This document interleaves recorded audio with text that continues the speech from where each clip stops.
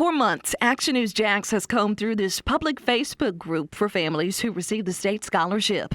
And we spotted many parents asking which items are eligible for reimbursement. From kayaks to power tools, a three-wheeled scooter, animal supplies, and even trips to theme parks. We cross-checked those posts with the scholarship's purchasing guidelines and found most of it is allowed, all with your tax dollars, as public school districts across Florida face millions and even billions in budget shortfalls. But for some families, the program is life-changing. There was a lot of interruptions in his class. Not by him, thank goodness, but there were students in there with behavior problems and throwing desks. Sarah Mills' 14-year-old son Levi lives with ADHD. After he fell behind in first grade, they stepped away from public school. A McKay scholarship paid for private school from 2nd to 7th grade.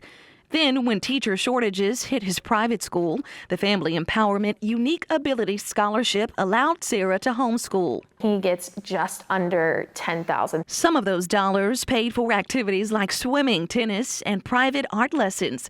He's excelled, too. Going from 7th grade to what we have now is he has equivalent to sophomore credits. He also takes private lessons with someone to help him excel even more with the band.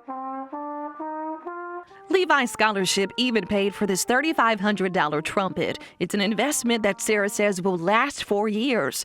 They've also purchased a laptop and a Nintendo Switch, which she says Levi uses for educational games. Sarah says some of her dance studio students who also received the scholarship can pay their tuition with your tax dollars.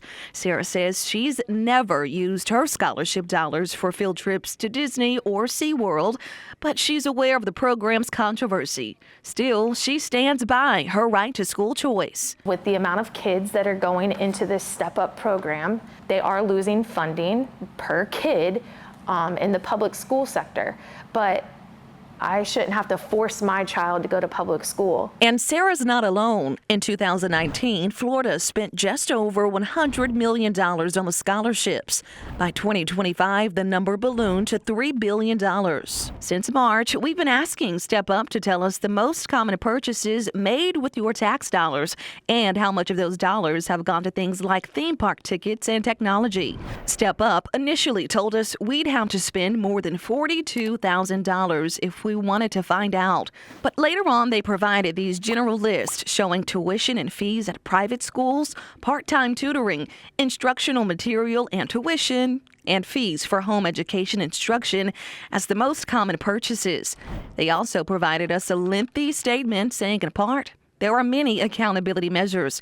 Every tuition payment must be approved by the school and parent before payment. Step Up is required to submit to audits by outside CPAs and the state auditor general.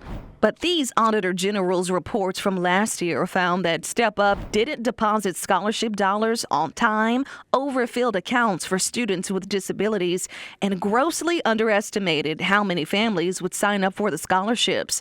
That miscalculation resulted in a $400 million budget gap. Florida Senator Don Gates also addressed the audit's finding in a committee hearing, telling legislators that the state could not find 30,000 scholarship students, resulting in hundreds of millions of dollars in losses. The amount of money which we cannot account for as being in the right place at the right time exceeds $270 million on any given day. Parents should have choices, but they should, be responsible for those choices and pay for those choices, I would say. Dr. Noreen Dollard with the Florida Policy Institute is an educator and researcher with more than 30 years of experience. At the Institute, she and her team study how the state scholarship program is affecting Florida public schools. And they determined the scholarship program has little oversight. The law says they can have it, and so they have it. But I don't agree with that law. But Sarah Mills sees it differently. Be happy that there's programs out there that allow parents to participate and kids to participate in these types of things without it hurting your pocket.